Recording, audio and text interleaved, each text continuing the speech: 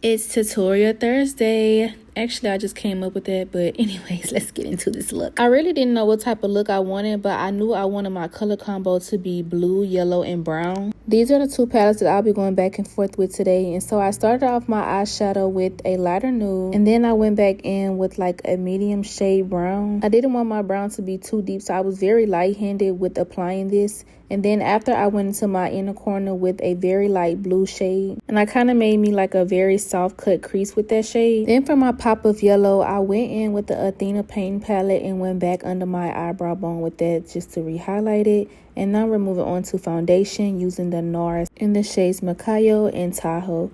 Then I went in with my Lancome and Milani concealer, the shade 420 in Lancome and 135 in the Milani concealer.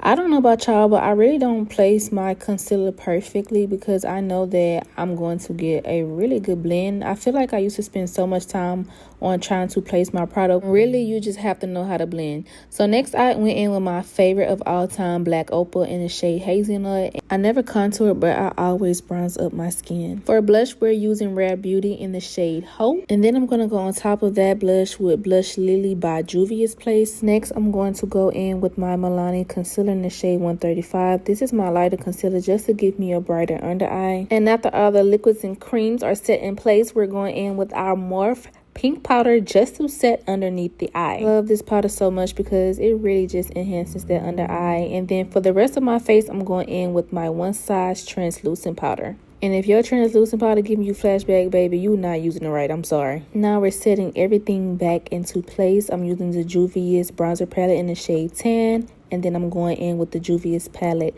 Volume 4 for my blush. Back to my Athena paint palette, I went in with a very light blue under my eyes, and then I did use a little dark blue shadow just to set that into place. For the lips is Bite Me Lip Liner by Morphe and Margine and NYX. Mascara is always after the spray, and this is the final look. I love it so bad. Let me know what y'all think.